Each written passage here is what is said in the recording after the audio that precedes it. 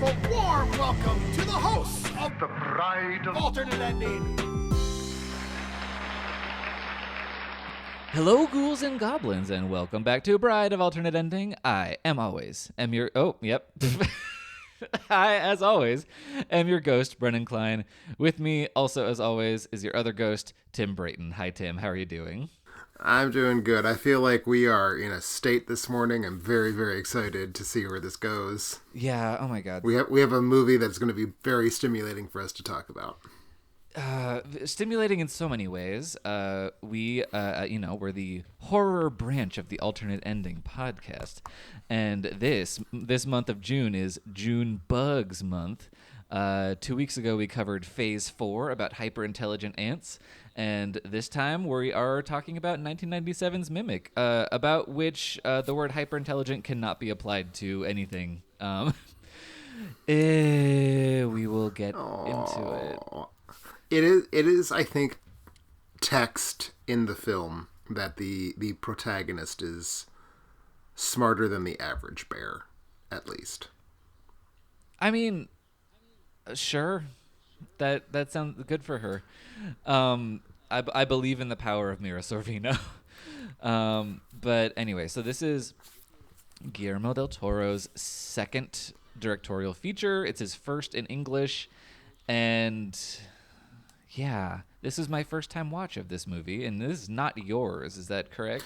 It is my third watch of this movie, and we will get into how those watches have gone. I think it would be better to not tip my hand with what has brought me to see Mimic 3 times in my life, but I have seen it before. Short version.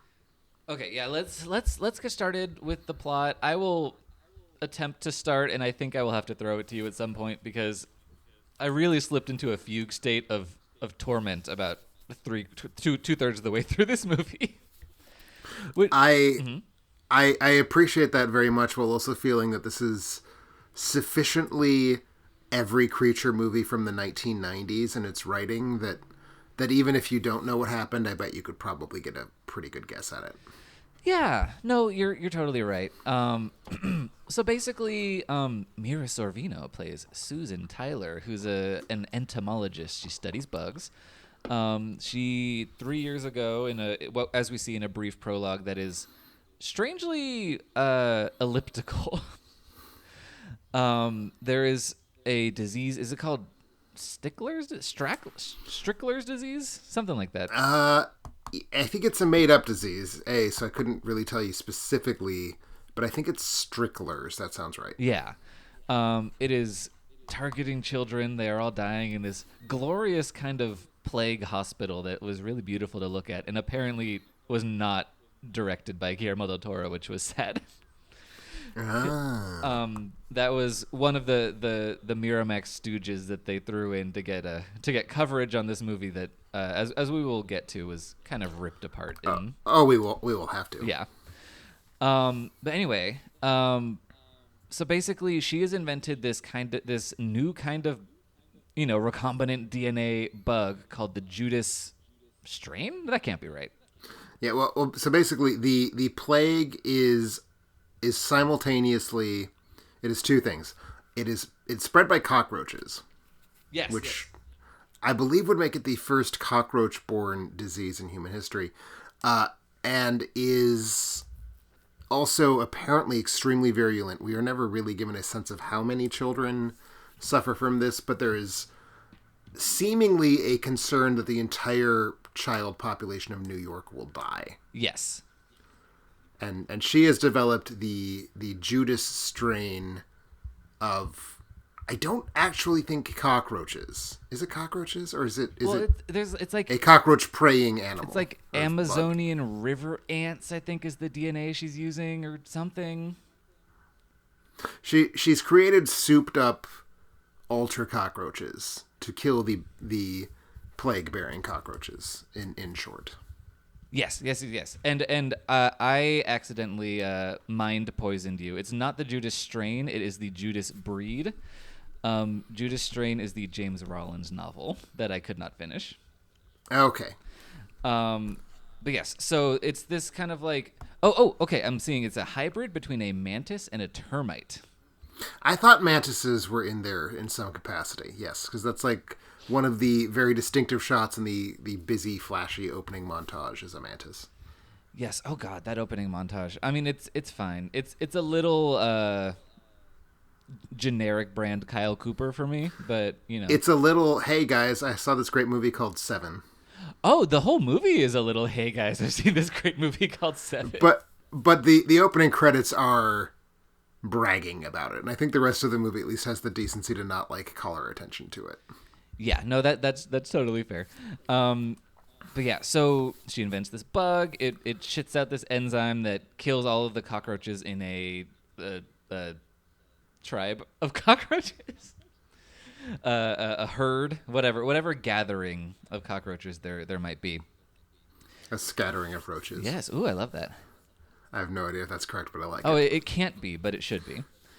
But anyway, so she's invented this bug and more or less eradicated the disease. Stricklers no longer exist. It's 3 years later. The doctor that she paired with to, I don't know, he seems more like a PR guy for her than an actual useful person, but he works for the CDC. He is Dr. Peter Mann, played by Jeremy Northam, and his extremely inconsistent American accent. So Oh lordy, we're 2 for 2 this month. We are. That's right. Yeah, sorry, what were you gonna say? No, I'd forgotten that happened in Phase 4. So it yeah. No, but you were gonna say about his accent. Oh, I wasn't. Just that it was very bad. Oh yeah. I was going to say I think is he a PR guy or is he a real scientist of it? I think it's reflected in that he's just a wife guy. He's so excited to tell the world how great she is because they get married sometime in this process. That is true. They get married. There is an extremely swallowed subplot about them not being able to bear children that I thought was going to kind of turn into a kind of Cronenberg thing that just really didn't. It does. I think they think it pays off, and we'll get there. For the record, the collective noun for a group of cockroaches, I'm very thrilled to report, an intrusion of cockroaches. Oh, that's so poetic. Isn't that great? Yeah. Some of those old-timey collective animal nouns, this is why I wanted to look it up, because some of them are real good, and I feel like an intrusion of cockroaches is real good. Oh, yeah. No, that's excellent. Yeah, no matter where they are, that's what it is. But yeah, so he's a wife guy. They can't have kids. So are you... I mean, I guess that's the one thing that comes full circle, which is disgusting. Where they just have this... okay, spoilers for the end of Mimic. Who could... It's fine. Because like most couples in a horror movie, the child whose parent has been murdered by the monster is now just their kid at the end. Yeah, the autistic shoeshine boy is meant to pay off that arc. Yeah. There isn't an arc because there's one scene where they can't have children, and then there's 2 scenes where they are now his parents. But I'm pretty confident somewhere very early in this film's scripting process that was absolutely the logic. Oh no, that's very clear. I just kind of wanted Mira Sorvino to give birth to a bug at some point. You wanted this movie to be better than it is what you're saying. Oh, very much. In every degree. I mean, who doesn't want that out of every movie? You wanted this to be a different kind of horror movie than it was going to be, is my fear. Yeah. Well, see, here's the thing. So I knew that Mimic was, before going into Mimic, I knew it was, well, actually, we haven't even gotten here yet, but I knew it was about a bug that looks like a person, and I knew that Guillermo del Toro directed it, and Mira Sorvino was in it. Okay. But then when I opened up my Roku app and found out where Mimic is available, I looked at that poster and I was like, oh, that is a Phantom's ass poster. And so I knew immediately what I was getting, and I was correct. Yep. Man, I feel like Phantoms is a movie that has absolutely no cultural purchase, and yet if you tell any genre film fan this movie resembles Phantoms, they will so viscerally understand what you mean by that. Yeah, no, you gotta, and it's such a shame because I love the novel Phantoms that movie is based on. So it really hurts me even more that movie exists. But yeah, so yeah, it's 3 years later. There's just kind of a bunch of scenes that happen that eventually cohere into something, sort of. But basically, there's this lurking figure that's kind of lurking around this abandoned and cordoned off church that was recently the site of a yellow fever outbreak because of this kind of evil priest who was locking people in the church, I guess, right? Sure. Or was he locking them in because they had yellow fever? I think they got yellow fever. That gets us to a point where I think multiple interpretations are valid because there are implications of the plot more than clear statements of it surrounding that chunk of the subplot, I would say. Okay, good, because I was not following, and this was during the point where I was still plugged into the movie.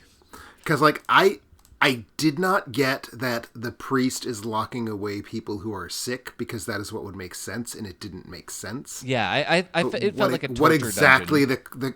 What exactly the causal mechanism is really hard to pin down in one crisp sentence. Okay, good. But we do see the priest being chased across a rooftop by an unseen, creepy, super strong assailant, and eventually murdered.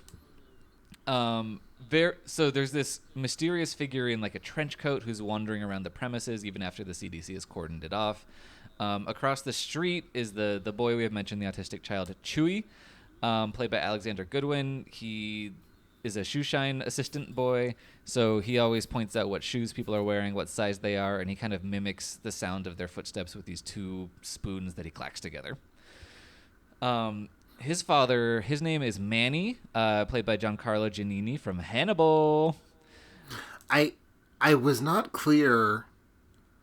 Is Manny his father, or is Manny just the adult he's kind of hooked himself onto? That's the thing. So their names are Spanish names. And as I learned when I was researching this, Manny was supposed to be played by the guy from Kronos, Guillermo del Toro's first feature, his Spanish language feature, but his English pronunciation wasn't as solid as they wanted it to be, so they recast him with Giancarlo Giannini. But I think the fact that the dad is very Italian, he's a Geppetto character. That's the thing. The father is Geppetto. The son is, I don't know what he is, but he's fucking white as all hell. He's not. Neither of them reads as Latino. Yeah, but the name Chewy just like. Well, that does. Yeah. So does Manny, but like they don't look like a Manny and a Chewy. No, they really don't. But the name the name Manny I've heard in different contexts, but the name Chewy is like I've only heard it in a like Latin American context. So I was like, absolutely. It definitely feels, again, like a very vestigial Guillermo del Toro thing that this one, probably not Miramax's fault, or maybe a little bit. But it's just another thing that makes things a little unclear. Especially because... For the record, the Wikipedia page has those characters with the same surname. Oh, okay. But I don't recall that surname being said out loud, but we'll count that as a point in favor of father and son. Yes. Maybe they're brothers. Sure. Yeah, no, who gives a shit? I was just kidding. But yeah, so the Jeremy Northam's character is investigating. Actually, is he? Does he do anything after boarding up the church? I think after boarding up the church, he's only hunting for Susan. I don't think he's actually investigating. Yeah. What's going on? Yeah. Okay. So Susan, she discovers that. Well, okay. So she has like a weird deal with these two disgusting shit boys, that they will bring her bugs and she will buy them off of them, and the boys have found this weird bug in the subway that seems to be a genetic match for the Judas breed. And how could that be? Because they're not supposed to be able to breed. But guess what? They were supposed to die out within 6 months. Yeah. A bug's life finds a way, Tim.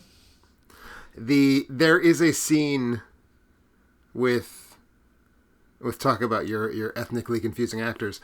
F. Murray Abraham shows up to like give her the Ian Malcolm Life Finds a Way scene because he was like her professor in college when she was becoming like. Do we know exactly what his deal is? I certainly didn't. He was just kind of looking at bugs, and then Mira Sorvino's weird friend showed up and was like, "Hello, doctor," and I was like, "Oh, I guess we know this guy."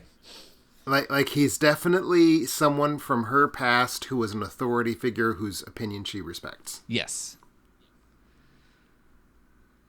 But yes, so the plot with the two awful teen boys is very strange to me because like there's multiple parts here.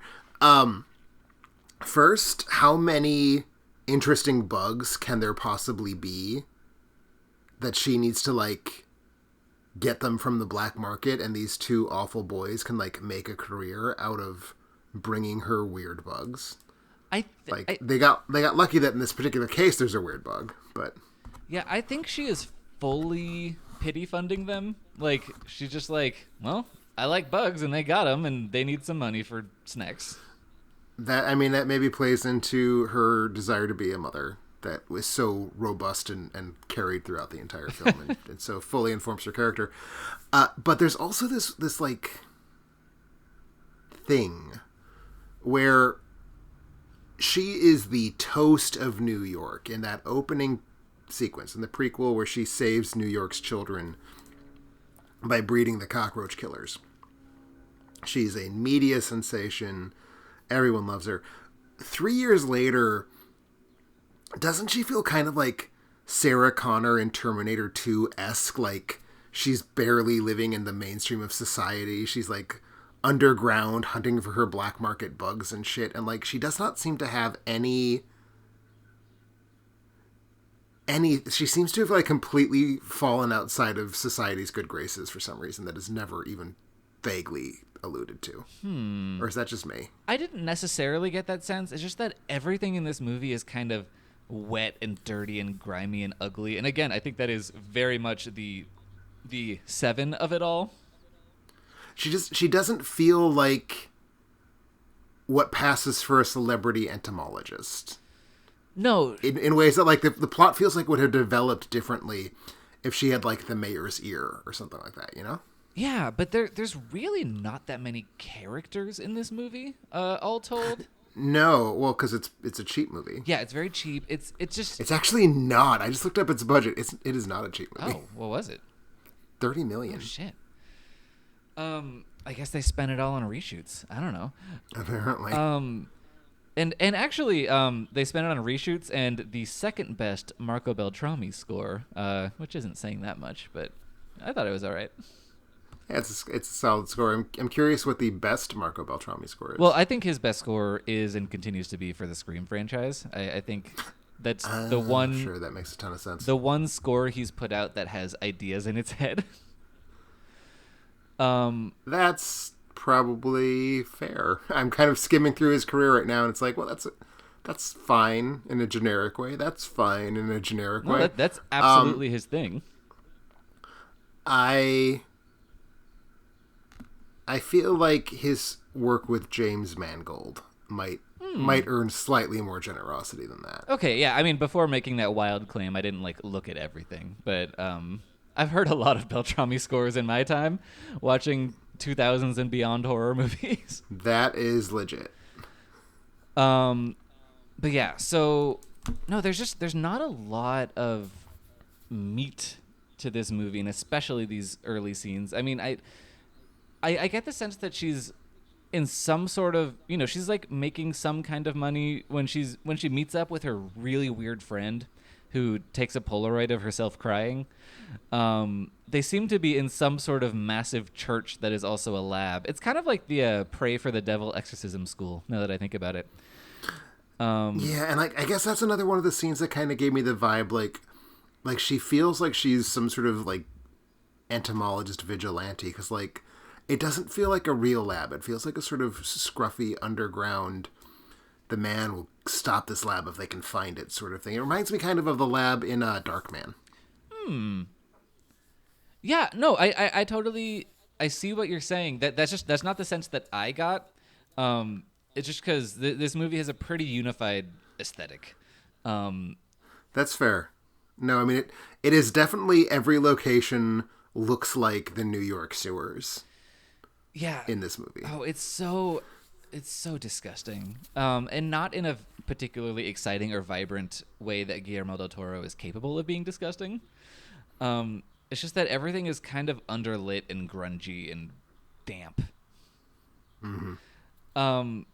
Well, and here's the thing. I guess here's the point where we can bring up the most. So as I was watching this movie, it just felt so 90s to me, and not in the way I like things to be 90s. Like, I like things to be 90s in the Beverly Hills 90210 season 5 kind of way.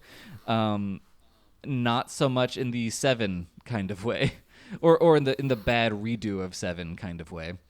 Yeah, like 7 itself is, I think, a good piece of 90s ephemera. This is a very off, but we'll get there. You were starting to talk about it, and I'm about to agree with you, but it is very 90s, yes. Yeah, it's deeply 90s, but it's also so Miramax, and this was deep in the point that they were just the uncontrollable fuckery that they were doing with their movies at this time. I mean, I feel like this has to be one of the most prominent examples of the Weinsteins, like, just screwing with a filmmaker. Yeah, and obviously not the worst crime committed by the Weinsteins, but they were legendary for fucking with movies like this. Mm-hmm.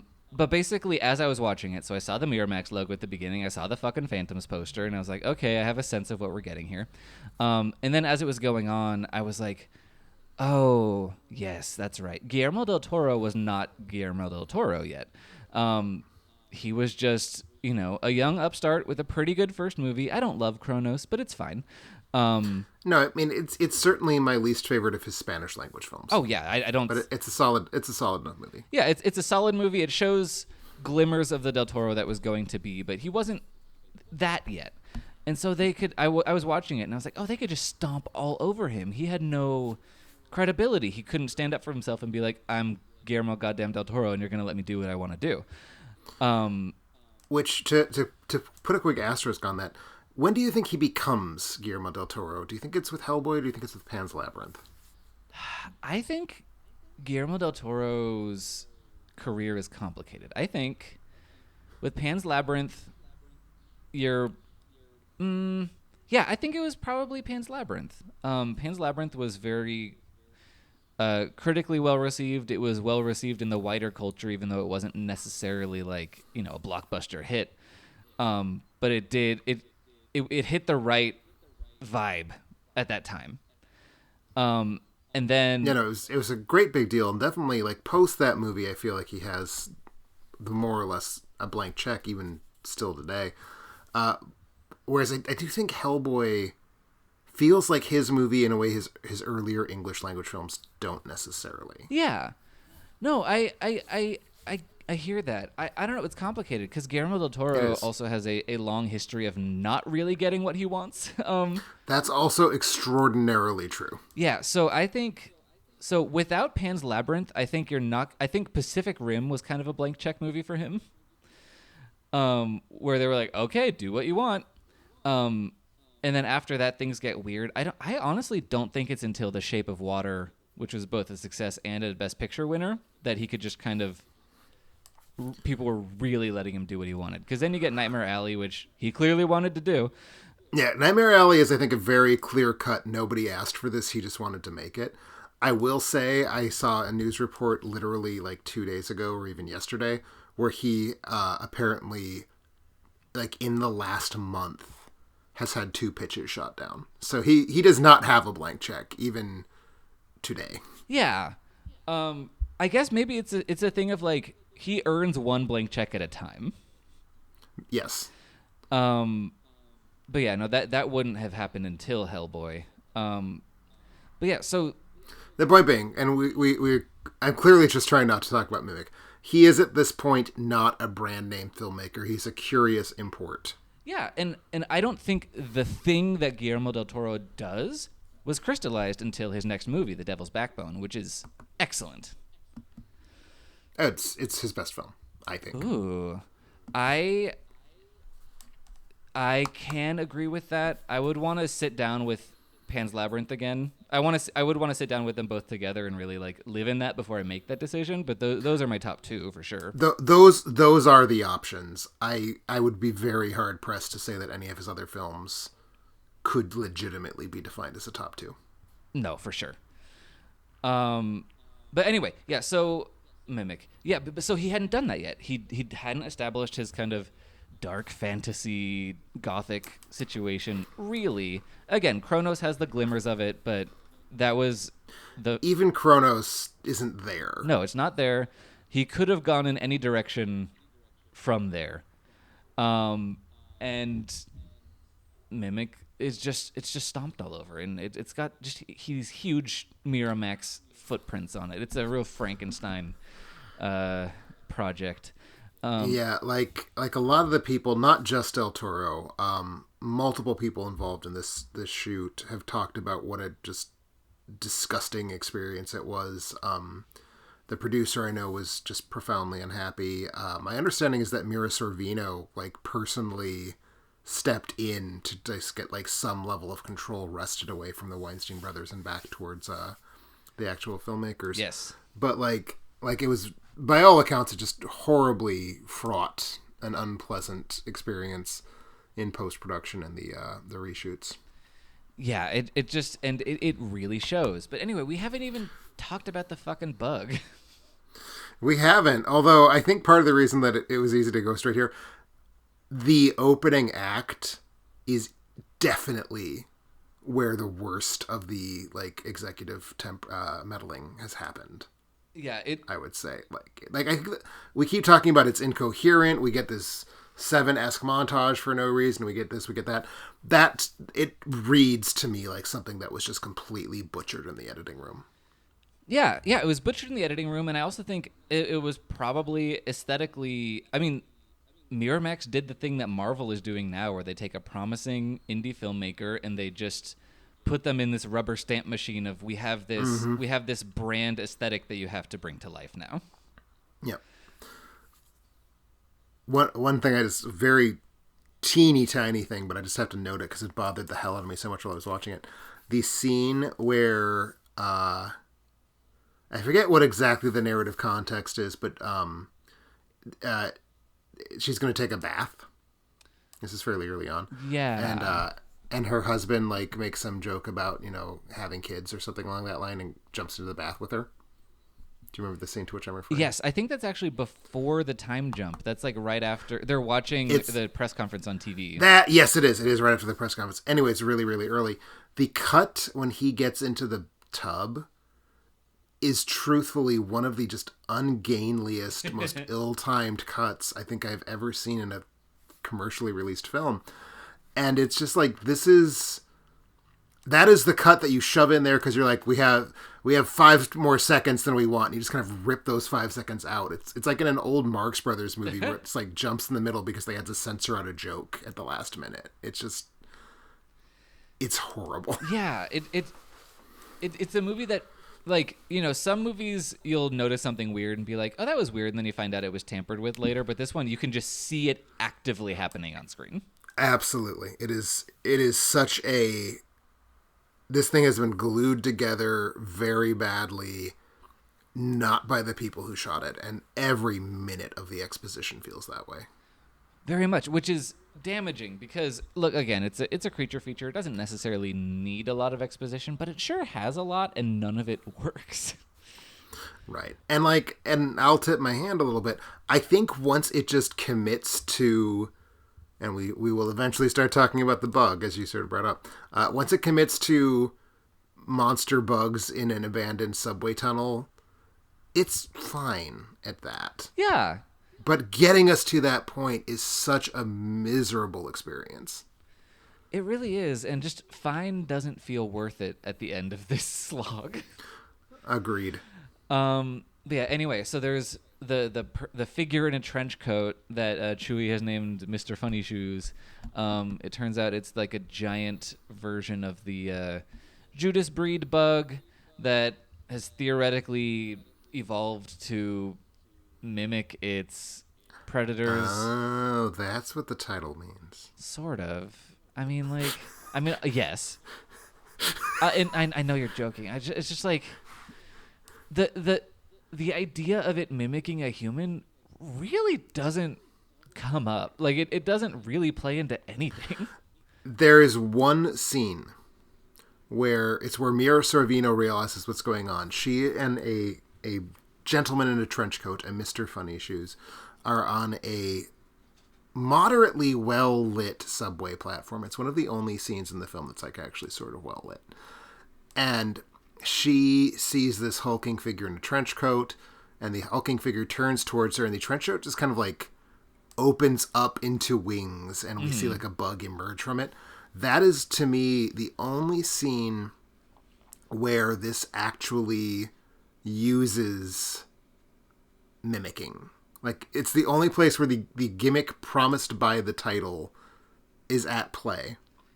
Yeah. It is the only scene where I feel like the Guillermo del Toro who will become is like in the driver's seat. Because the bug itself is to look at it, it looks like a Guillermo del Toro concept. Yeah. Like, I absolutely believe the director of Hellboy 1 made this creature. Yeah, it looks super neat.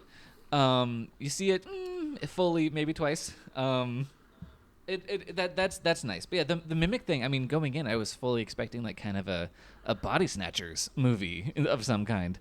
And it's not. But I mean, just to wrap up my point, the subway scene, that's the good scene in the film. Yep. It's the one part of the film I'm like, that is the film I wanted to see. It's the film I paid for. Good. No notes for that one scene. Yeah. Because we do get some bug attack scenes, but they are kind of deeply unbrutal in a way. Even when the bug is murdering 2 children, you're getting nothing. Mm-hmm. There's some like blood splatter on a wall or whatever, but it feels so. It elides anything that could be interesting about this concept. Mm-hmm. I need to look at something real quick. I am curious. Do you happen to know offhand what this movie was rated? Oh God. I mean, I have the IMDb in front of me. I have the IMDb in front of me as well. Oh, well, let's erase then. It's rated R. Okay, it is rated R because it almost to me feels like a PG-13 movie cut out of a film they shot for an R. Yeah, you're right. Because there's not that much intensity to it. There's some silhouette work. There's a lot of shadow. I mean, everything's draped in shadow anyway. This is such a deeply blue, green, and brown movie. It's just not my aesthetic. It is. As we sort of touched on the score, which the Marco Beltrami of cinematographers in some ways, I think, is Dan Laustsen, who is certainly capable of movies that look really great. Mm-hmm. And he's worked multiple times with Guillermo del Toro. He shot, I think, 2, 3, and 4 in the John Wick series. Ooh. So, like, capable of good things, but then also capable of turning right around and giving us, like, Proud Mary, that Taraji Henson movie from a few years ago. Top to bottom, one of the worst movies of that decade. Just shockingly bad. I think he also shot, let me just verify this before I say it out loud. Yes, he shot The League of Extraordinary Gentlemen in 2003. Okay. So, like definitely someone who, if he does not have a director giving him extremely detailed, this is what we're doing, this is what I want you to achieve style notes, Del Toro, I think, is definitely someone who can do that with a cinematographer. You get some real sludgy looking movies. And this is only Dan Laustsen could have shot this movie in a bad way. To me. Okay. Yeah, it is aggressively disinterested in lighting things well. It's just like, dark is creepy. Let's just kind of slap some really insufficient lights that aren't really pointed at anything and call that like the mood lighting, and we'll just stick with dark otherwise. I mean, in many ways, maybe he was an influence on modern cinema. Hey. Rob Marshall watched Mimic and was like, say. Jesus Christ. I'm not far enough away from The Little Mermaid to be ready to joke about it. I'm so sorry. Yeah, no, it's like, it's not brutal. You can't see shit. And there are those glimmers of the Guillermo del Toro thing. There's that one good scene. There's this kind of through line of Catholic imagery and ideas that just like her parenthood storyline just is there not doing anything. Like there's obviously the Judas of it all, but there's also this cross with the burnt out letters of Jesus Saves written on it. That's part of the major set piece. She also literally gives herself stigmata in the end to save the day. Because the creatures are attracted by the scent of blood, and that's how she uses to tantalize it onto the train tracks. But it's the stuff that it really just vacillates between doing a crappy monster movie version of Seven and then a really programmatic, survival creature feature, neither of which are things that I am particularly amused by, unfortunately. Yeah, I mean that's the thing. That's the thing. It rises up to the level of mediocre '90s creature feature, but that's where it peaks, and that's not a very high peak. It does sound like I am more sympathetic to that mode than you, because there's so many of these movies in the '90s. It's kind of like a golden age for creature movies. Well, so and what kind of titles are we talking? Because you're like, I'm kind of drawing a blank on like this era for some reason. Or like what, like Rawhead Rex? Like what are we? Oh, I'm thinking about things like Bats. Oh yeah, like the Relic, like the post arachnophobia kind of. I would call it the post Jurassic Park. Oh yeah, of course, Carnosaur, baby. But Carnosaur. I mean, if we leave the urban setting or leave the United States, we get things like Anaconda, Congo. Oh yeah, of course. It just I woke up Deep Blue like Sea, an just hour ago. shitload of creature features in the '90s. None of which are good, and none of which really have Oh, like clung. classic. And yeah, like very few of these have sort of clung on to the popular consciousness. I was living through it as part of it. Like this was a coming of age era for me, and I was sort of absorbing all these movies at the time they were coming out.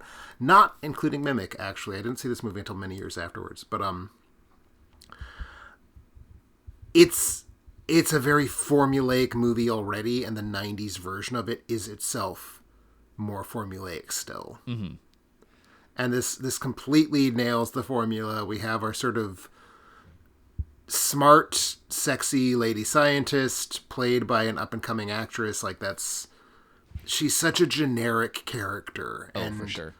Nothing in the writing, nothing in Mira Sorvino's performance makes her anything other than this kind of stock figure. And I will say, once the movie stops pretending that she is a character and just allows her to run through deeply underlit subway tunnels, it's doing the thing I need it to do. It's not doing it with any particular distinction, and the thing it's doing isn't terribly great in the first place. Yeah, it's all a lot of people who are extremely capable of doing better, who are either being bullied into doing worse, or just having such a bad time that they're doing worse, or the good thing that they've done has been completely destroyed by Miramax. I am curious who else in the... I guess it's not a bad cast. I mean, it's got Sorvino, it's got Josh Brolin briefly, it's got Charles S. Dutton, as we said, it has F. Murray Abraham. So it has people who are like capable of doing good work, but no one who I would say always does good work. No, that's true, but like it. Yeah, no, I guess you're right. I guess most of the people here are on the Marco Beltrami level, where it's like they can do it if they're pushed to. But I think like seeing Oscar winner F. Murray Abraham show up in a bad movie where he gives a corny fucking performance that I don't like. That's not a novel experience. No, for sure. No, you're right. But like Mira Sorvino, this is the same year that Romeo and Michelle's High School Reunion came out, and that movie is full of her making brilliant choices. And she's just not. She just exists in this movie. She just exists. And so does Mimic. Which, to be fair, is better than like what Jeremy Northam is doing. Yeah. Oh my God, the fact that he survives in the end, I was actively disappointed. And it's so perfunctory too. He just kind of comes out of the subway like, "Hey guys." Yeah, it's another one of the things. The ending The ending doesn't bear the surgery scars that the first act does, but I would still bet a ton of money that the ending was largely cobbled together out of reshoots and like abandoned takes. Oh, for sure. And yeah, no, it it ends like Children of the Corn does, where it's like we were having some issues as a couple, and now we have this magical child, and let's go. Oh, I mean that's so many movies. Oh yeah, I don't know. That's just the one that popped into my brain. That's fair. Where it's just like, oh, we found this child, and we can just have it now. I mean, basically. Yeah, I don't know. Oh, also, while we're speaking about the cast, baby Norman Reedus is in 30 seconds of this movie, which was something. He is indeed. For that matter, speaking of the cast as babies, Josh Brolin was like a child. So you're such a little baby boy.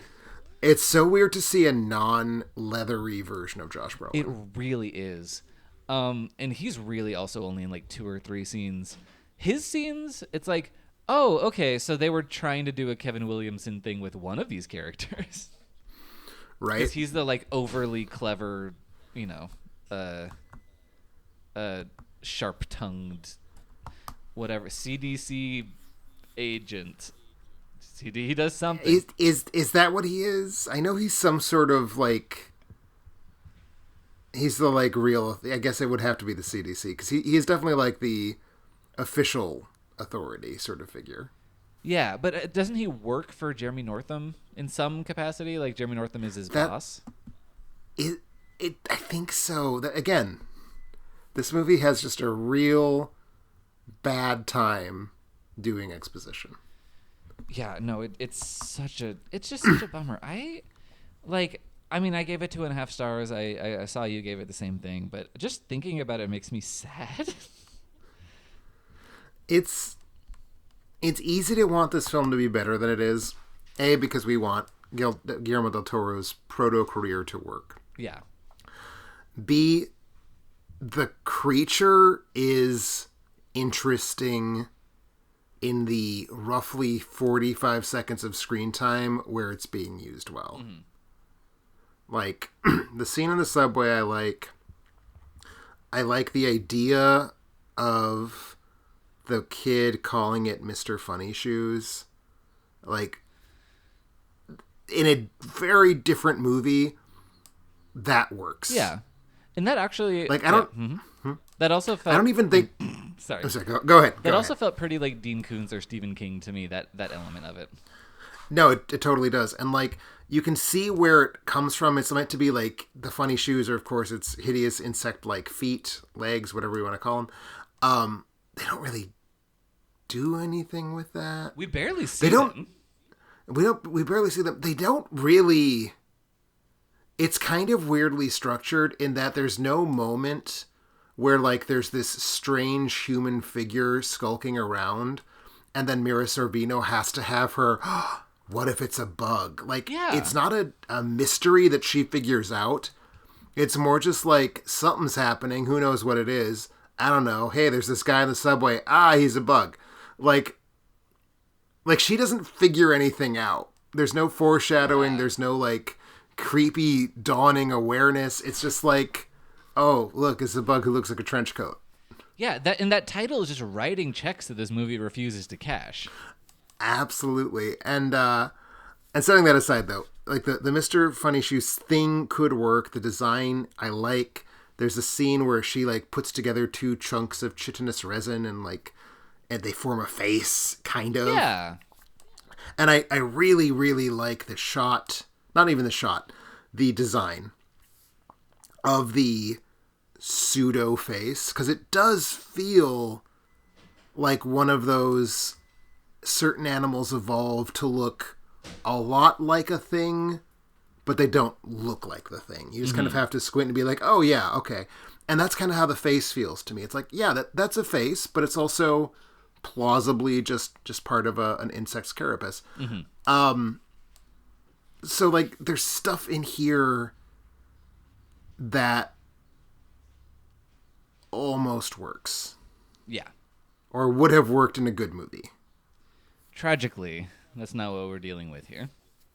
No, and that's what's so frustrating about it is, like, it's not a movie with rotten bones. right? To take some of those like, it's not bats. Yeah. To take one of those other creature films. It's not phantoms. It's not phantoms. Like, if for some reason the Guillermo del Toro of 2023 was invited to remake the story of mutant termite praying mantis cockroach killers who hide in plain sight by looking like people, I think he could make a good movie out of it. Yes. I don't think he would care to, and I don't think anyone would finance it. But I think you could get a good movie out of this mixture of ingredients. Yes. And to that end, there is a director's cut of this movie that he did put together that more closely resembles the thing that he wanted, but I just can't imagine that. I can't imagine it's... I mean, I think the rot of the production goes deeper than that. Yeah, exactly. The stuff he got in the can, I imagine, isn't exactly what he wanted anyway. It's just not... It's not there.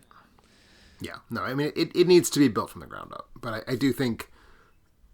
I think there's enough here that it becomes frustrating that the film as a whole isn't actually good. Because there's shots, there's concepts, there's beats.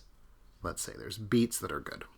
Yeah, no, there are, but just God, what a miserable time. I was medium excited going into this movie. Like, I knew it was his first English language. I was like, it's probably not going to be the best, but it's going to be something, and it almost wasn't anything.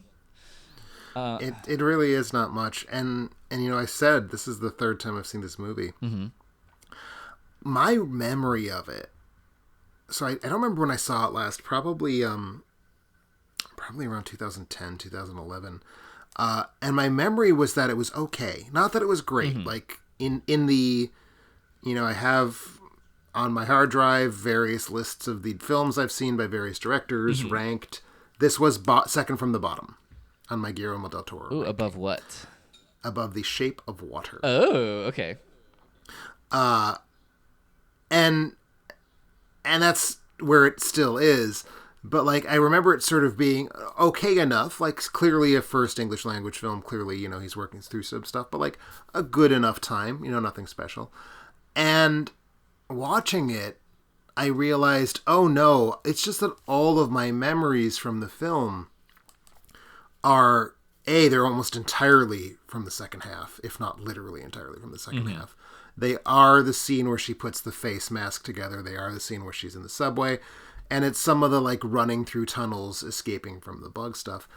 And that was all I remembered of the film, so I was misremembering it as good. And as I was watching it, not only did I realize that, I think it's the second time I've had exactly that experience, because I think the second time I watched the film, which again was like 2010 or so, I think I also had the...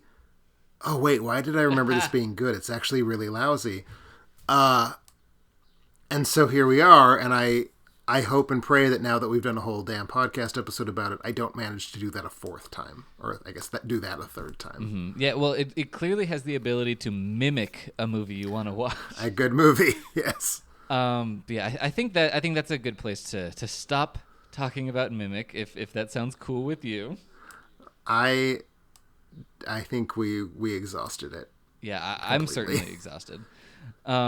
But yeah, my God, that's fucking Mimic, everybody. We did it. Hooray. June bugs. You sound so glad to be alive. I'm just like, I really feel like my energy has been drained by the mere fact of Mimic. Do you feel like you've had a termite puke up a dissolving enzyme on you? A little bit. That might be more fun than watching Mimic again. And because like I could shower off an enzyme. I can't shower off having seen Mimic.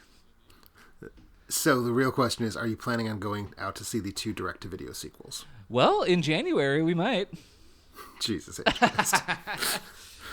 But anyway, that's for future us to figure out. But for now, we are exiting Junebug's month. We're heading into July.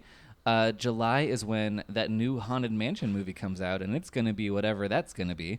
But in honor of that, we are going to be talking about children's horror. Like gateway horror movies that are not really designed to be scary to adults, but have, elements that are still, creepy crawly, and I think it'll be interesting. They're the kind of movie that when you're 6, they freak you the hell out, and then you rewatch them when you're 20, and you're like, there's not a single scare in this movie. What was wrong with me when I was 6? Yeah, I'm excited to check that out if you're on the Patreon. Keep an eye out for that poll to vote for what movie we cover first in Children's Horror Month. If you're not on the Patreon, you can be on the Patreon. Just go to the Alternate Ending Patreon. It's in the show notes. You can find the link there. You can also find more of my reviews and Tim's, more podcasts, more everything at alternateending.com. Thank you for listening, and, don't watch Mimic. Bye, everybody!